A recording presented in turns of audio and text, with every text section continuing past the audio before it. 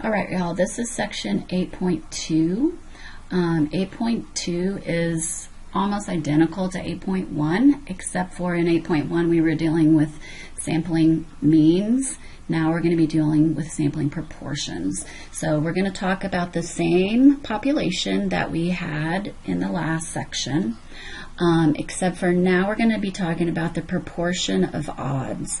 Okay, so if this is our population, P is the population proportion of the proportion of odds in this. Okay, so out of the 4, there's only one odd number. It's right there. So there is our population proportion, which is 0.25. Okay. Now we're going to do exactly what we did in 8.1, and we're going to take every single sample that we possibly can of size 2 out of this. So it can be 2.2, 2.5, 2.6, 2.8, and then it can be 5.2, 5.5, 5.6, 5.8, just like the last one.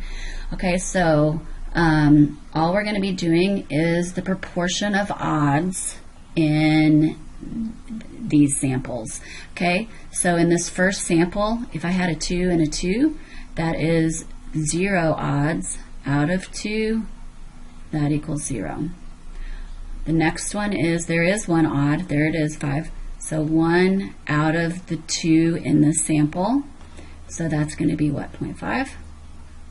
So do you see where I'm getting these numbers? The next one is no odds, so it's 0 out of these 2, out of the sample size of 2. So that's going to be 0. Okay, see it? This one is also going to be 0 out of 2, which is 0. The next one is going to be 1 out of the 2, so that's going to be 0.5. The next one is going to be both of them out of 2 are odds, so that's going to be a 1. Okay, do you see where I'm going to get this? I'm going to put you on pause so I can just fill this out because it just takes too long. All right. Okay, so I filled it out. I even stopped writing the proportions. So these are the rest of the proportions right here. I just didn't write out the fraction part of it. Okay, so now what we're going to do is we're going to do exactly what we did in the last section, is we're going to put all of these into our calculator, and we're going to find the mean of these and the standard deviation straight out of our calculator. So if you put those in your calculator, I think I already have mine in the calculator. Yes, I do. So pause this if you need to, but I already have mine in. You're going to get, after you hit calculate, you're going to get the mean of all those little averages, or all those little proportions, is going to be 0.25, which is exactly what the population proportion is, way up there. Okay, and then the standard deviation of all those little proportions is going to be 0.306, which is, the way they get that is they get it from this, and that is, if you calculate that out, it's going to give you 0.306. Okay, so you're going to put 0.25, that's the population proportion, 1 minus 0.25 over, well, what's our sample size? Our sample size is 2. Each one of these has 2 in it. And when you calculate that out, you're going to get 0.306. So that's how you get the standard deviation. The mean of these guys is just the population population proportion. Standard deviation is this little formula. And remember, these are all in your formula sheet, so you don't have to memorize anything. So go to chapter 8 and look, and you will see these two formulas. Okay, so why are we doing this again? We're doing this exactly the same reason why we did it last section, which is if the population that we are getting these proportions from is not normal, or if it is normal, then we don't ever, then the sampling distribution is also going to be normal. But if the population is not normal, that's what the central limit theorem says. As n increases, and we have another test for this. This is not n equals 30 anymore. So as n increases, the sampling distribution approaches a normal, no matter if the population is normal or not, exactly like last time. Okay, so what that means is, no matter if the population is normal or not, we can use this sampling distribution, and then we can use the z-table, because if n is big enough, and we'll see what that means here in a second, but if n is big enough, then we can use the sampling distribution instead of the population distribution. Okay, so here is the criteria. So this is actually something that you just have to memorize, but when you're dealing with proportions, this is the criteria you have to pass. NP, 1 minus P, has to be greater than or equal to, and this is not 30 anymore, this is 10. So that is just a memorized thing. Sorry about that, you have to memorize a few things. I don't like to memorize anything, but sometimes you have to. Okay, so the criteria for normality when you're dealing with a proportion is NP, 1 minus P, has to be bigger than or equal to 10. And if you are bigger than 10, then you can assume normality in your sampling distribution. Okay, so the mean of all those little proportions is just going to be equal to the population proportion P. The standard deviation of all those little proportions is going to be what we wrote on the first page. P 1 minus P over N, all under a big square root. Okay, so this is the criteria when you're dealing with proportions. Okay, let's go to the first problem down here. The first problem is just asking you to describe the sampling distribution. This is in your homework, it's going to ask you to do that a lot, and so all it means is to do these three criteria, or these three things right here. Okay, so the first thing we need to do is see if it's normal. Since we are dealing with proportions, that means I have to do NP 1 minus P has to be bigger than or equal to 10. Okay, so in this problem, I haven't even read it yet. It says, according to the Veterinary Association, 37% of U.S. households have a dog. Suppose a random sample, so this is right here, is telling us that we are now doing a sampling distribution, not from the population, but from the sample. Suppose a random sample of 500 households were asked, you own a dog, describe that sampling distribution. Okay, so my sample size is 500. My P from the population is 37, so 0.37. 1 minus 0.37, that has to all be bigger than or equal to 10, and I got 116.55, which is plenty big, check. So we're normal, that means we get to use our z-chart. The sample proportion is going to be the same as the population proportion, which is just going to be 0.37, super easy. And the sampling standard deviation is this little formula that is in your formula sheet. P is 0.37, 1 minus 0.37, all over the square root of, in this case it's 500, is our sample, and I do this all separate, so I got 0.004662 underneath, and then when you take the square root, some people don't do this step, and that's totally fine. I got about .02. I'm sure that's rounded, but I've already done this, so let's just round it to 0.02. When you take the square root of that, it's going to be 0.02. Okay, and so that is describing the sampling distribution. See if it's normal, get the mean and the standard deviation, and that's what describing the sampling distribution means.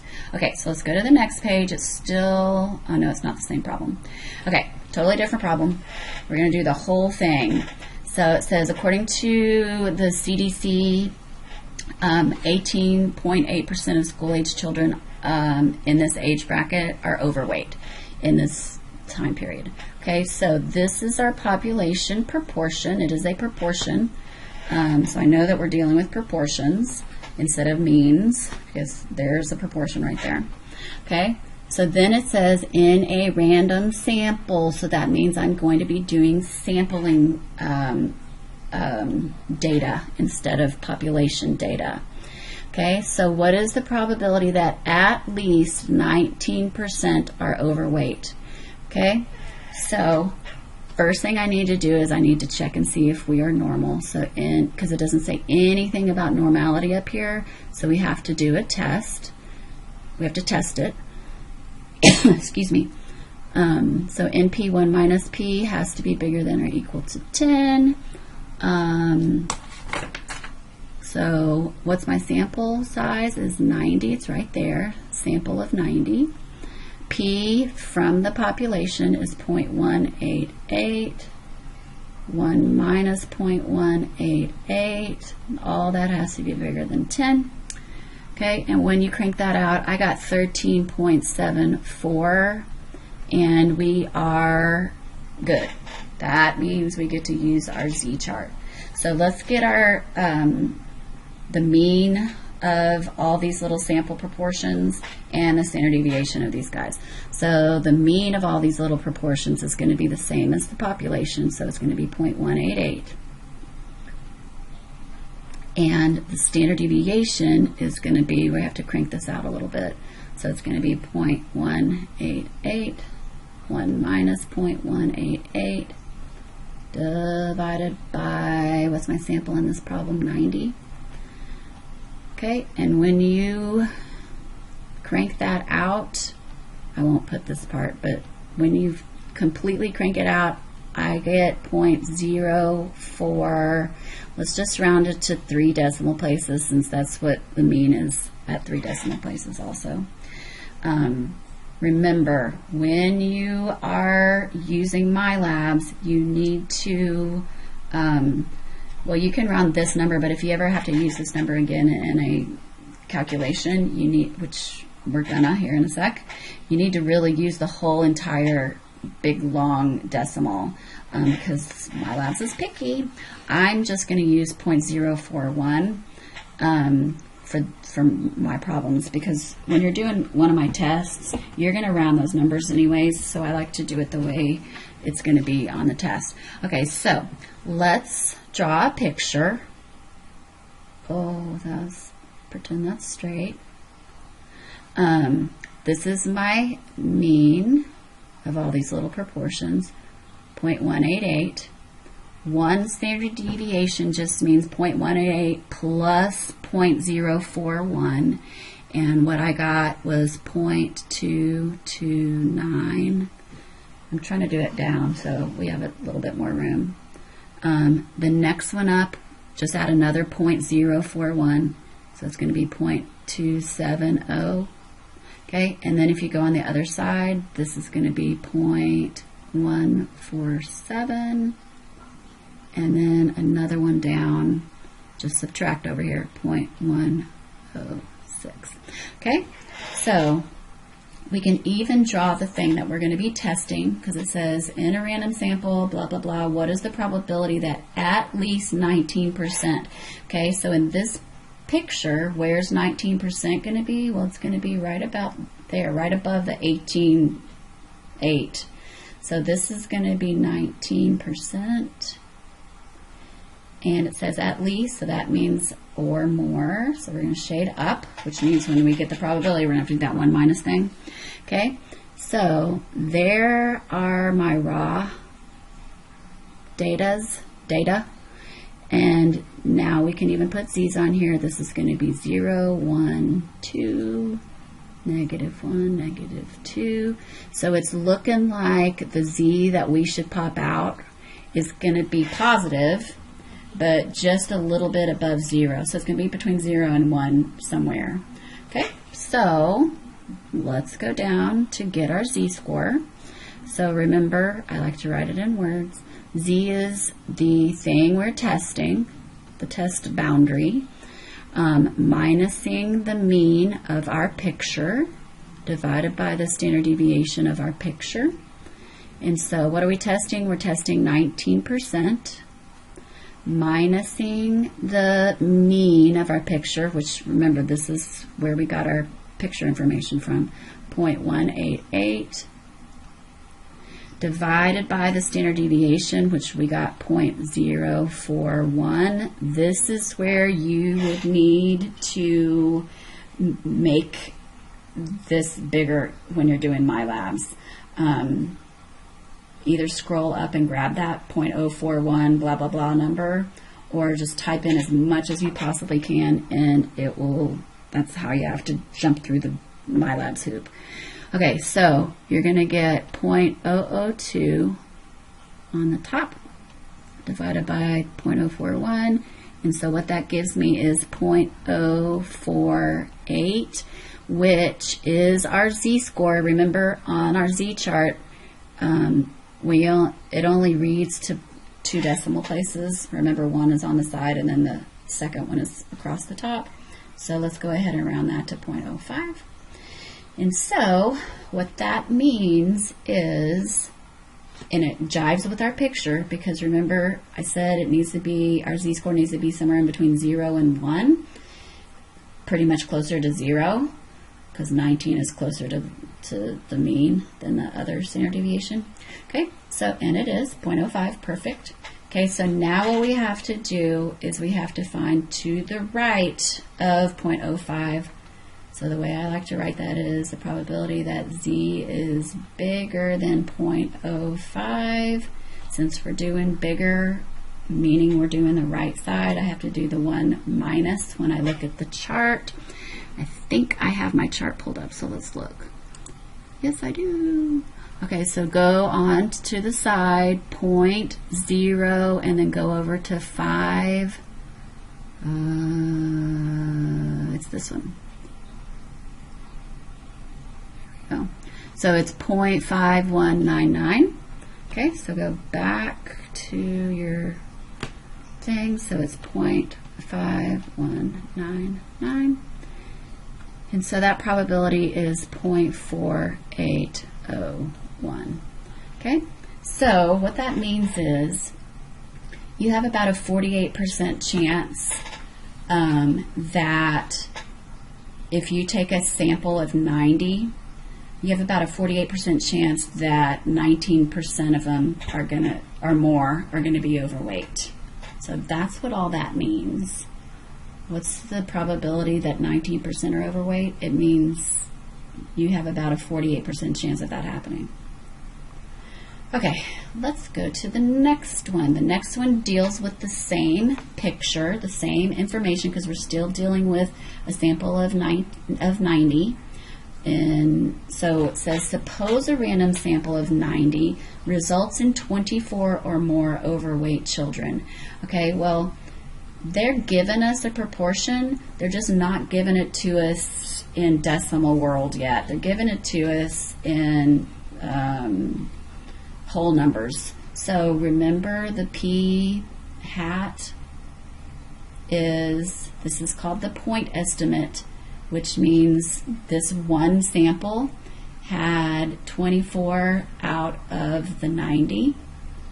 And so this is called a point estimate. I think I forgot to say that at the beginning of this, but if you're looking at a sample of 90 and there are 24 people overweight, kids overweight, then you can get a proportion out of that. And so what is that proportion? It's like 2.666 forever. So I'm going to just round it to oops, I think I said 2 point. It's like 0.26666 forever, So I'm just going to round it to 3 decimals just because everything else in this problem is 3 decimals. So 0.267. Okay? And so what that means is, and you can look back at the picture because it's the same information as this picture, but where is 0.267 going to fall? It's going to fall right about here.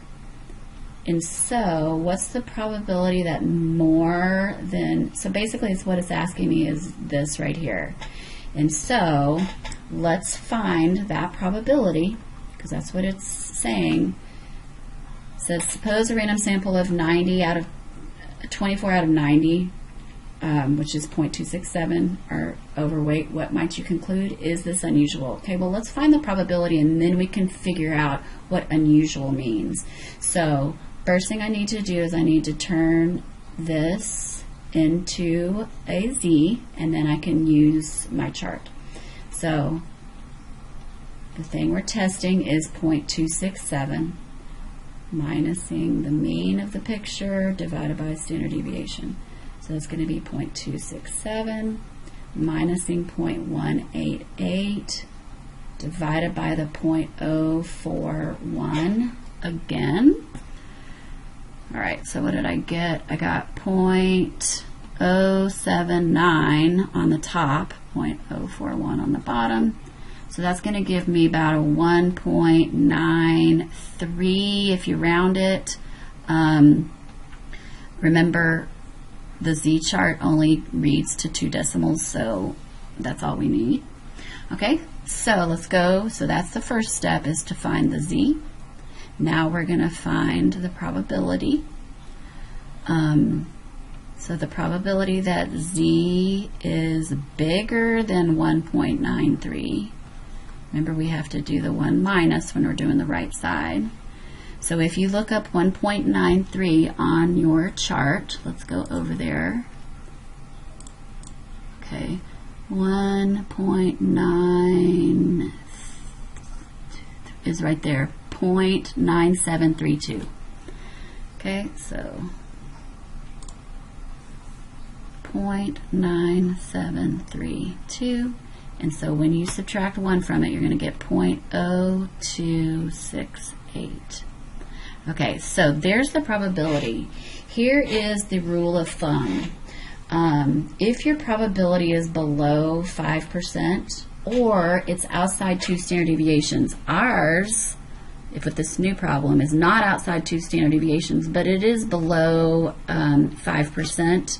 So anything, so that's sort of a rule of thumb. If it's outside 2 standard deviations or it's below 5%, then it's unusual, which means, yes, this is unusual.